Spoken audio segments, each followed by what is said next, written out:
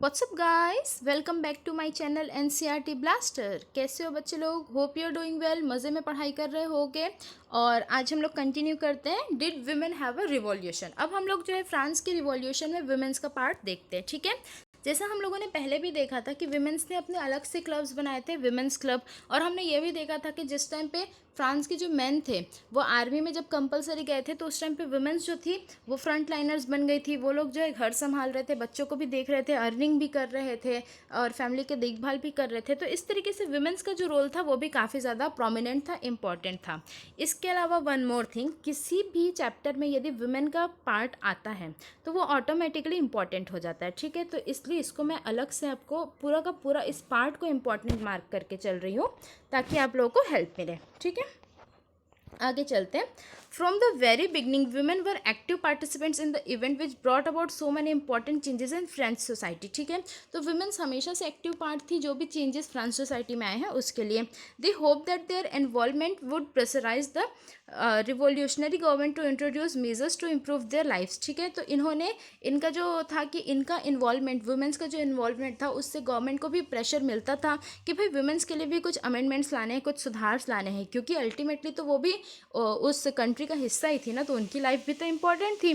Most women of the third state had to work for a living, ठीक है।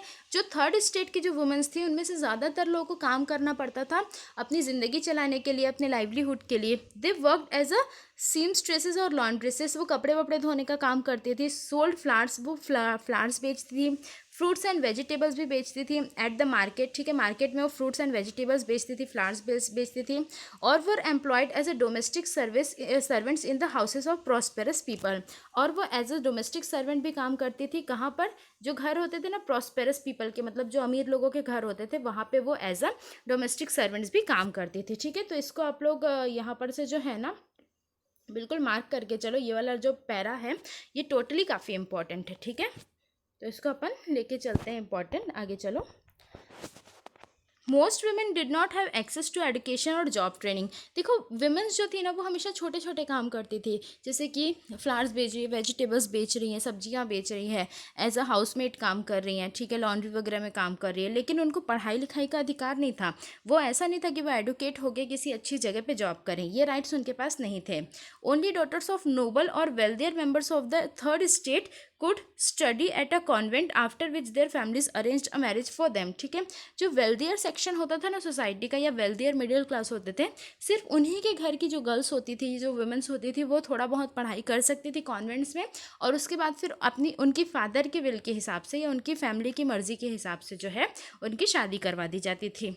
Working women had also to care for their families, that is cook, fetch water, queue up for bread and look after their children, ठीक है। देखो क्या होता था कि जो वर्किंग वुमेन होती थी थर्ड स्टेट की, जो लोग वैसे ही काम कर रहे हैं, मार्केट में सब्जी फल बेच रहे हैं या हाउस मेट हैं किसी के घर में, वो अपने घर में आने के बाद भी खाना बनाती थी, पानी भरती थी, ब्रेड के लिए ब्रेड का जुगाड़ करती थी कि अपने घर वालों का पेट भर सके, और अपने बच्चों की भी देखभाल करती थी। मतलब इनका जो काम था वो बहुत ज़्यादा था और ऐसा काम था जिसकी लोगों को कोई वैल्यू नहीं थी।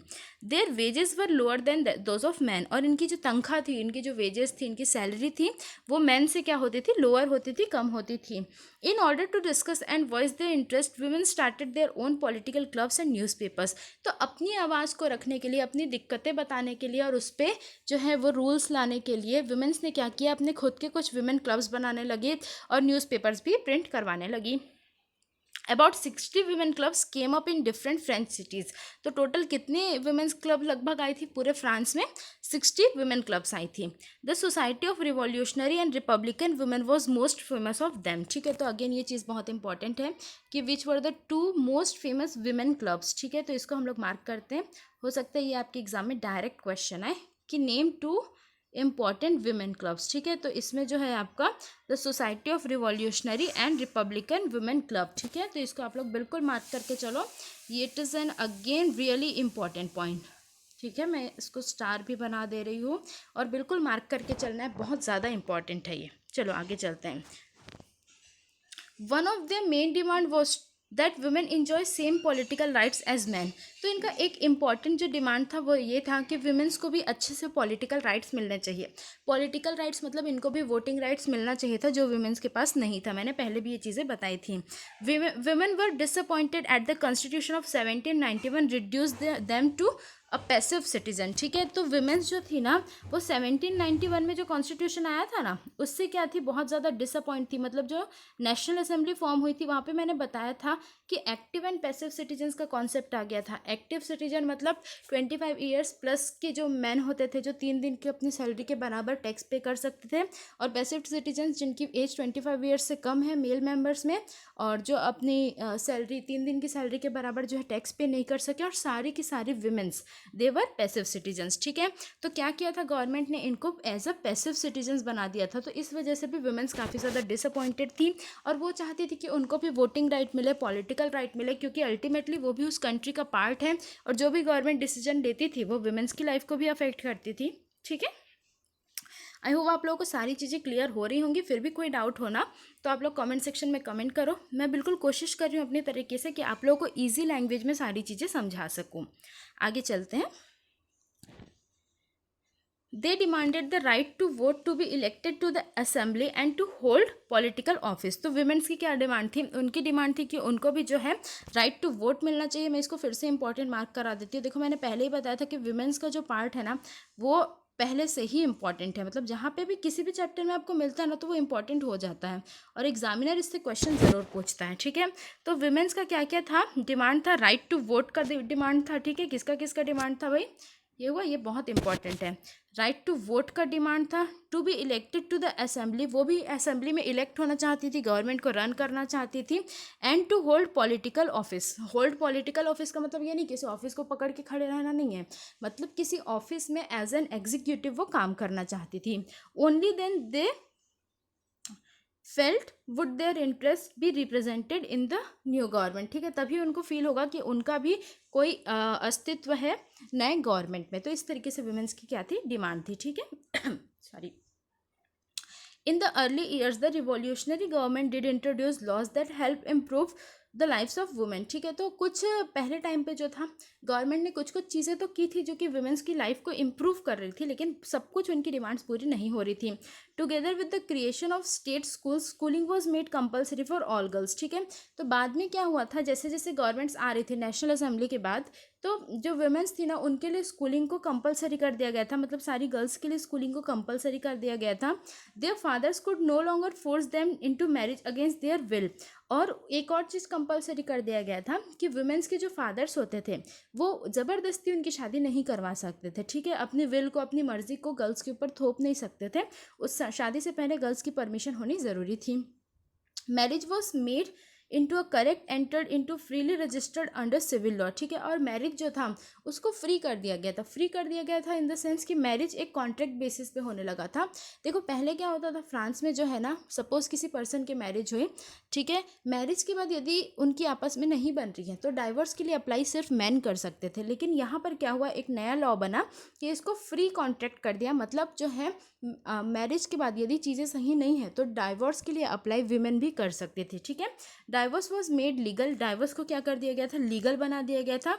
And could be applied by both man and women, और मैन एंड वुमेन दोनों के दोनों उसके लिए क्या कर सकते थे भाई, अप्लाई कर सकते थे। ठीक है, अगेन ये आपका हो गया इंपॉर्टेंट। मैन एंड वुमेन दोनों ही डाइवोर्स के लिए अप्लाई कर सकते थे। Women could now train for jobs, could become artist और रन स्मॉल बिजनेस। ठीक है, तो वुमेन्स जो थी अब उनको ट्रेनिंग दी जा रही थी जॉब्स की। जब उन लोगों ने बहुत स्ट्रगल किया उसके बाद लेके देखे ये चीज़ें आई, तो वुमेन्स को क्या था, जॉब ट्रेनिंग्स देने जाने लगी। कुड बिकम आर्टिस्ट, वो आर्टिस्ट भी बन सकती थी और स्मॉल बिजनेसेस भी रन कर सकती थी। ठीक है, चलो आगे चलते हैं हम।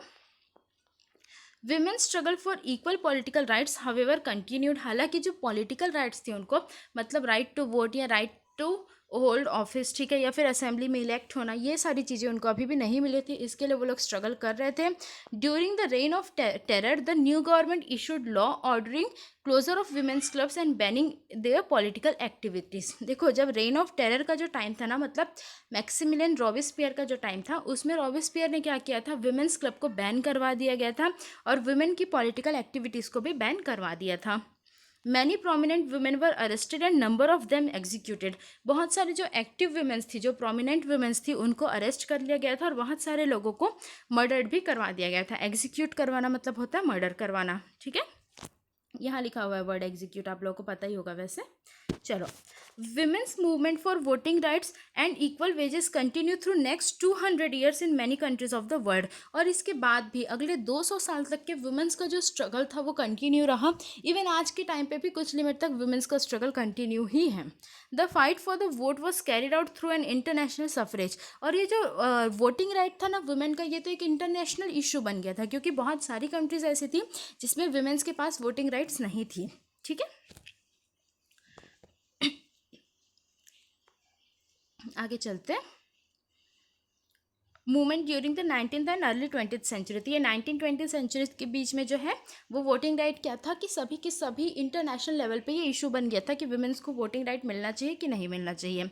The example of political activities of French women during the revolutionary years was kept alive as an inspiring memory. तो जो वुमेन्स ने जो स्ट्रगल किया था फ्रांस में, जो इनिशिएटिव लिया था, उसको पूरी दुनिया में सराहा गया, उसकी प्रशंसा की गई, उसकी तारीफ़ की गई। दे वर एडमायर्ड, और ये भी माना गया, मतलब उनको एक एज ए इंस्पिरेशन लिया गया, ठीक है। फिर क्या हुआ? It was finally in 1946 that women in France won the right to vote। ठीक है, स्लिप ऑफ टंग हो जाता है कभी कभी। चलो, इसको अगेन हम लोग इम्पॉर्टेंट मार्क करके चलते हैं। ये जो है ना आपका, ठीक है, कौन से ईयर में? 1946 में जो था वुमेन ऑफ फ्रांस को जो था वो राइट टू वोट मिला था। मतलब इतना स्ट्रगल करने के बाद 1946 में वुमेन्स को जो था वोटिंग राइट मिला था, after 200 near about 200 years of struggle, ठीक है। तो इस तरीके से जो फ्रांस की वुमेन थी उन्होंने अपने अधिकारों के लिए लड़ाई की, अपने राइट्स के लिए लड़ाई की, and they were appreciated and even they were inspiring memory, ठीक है।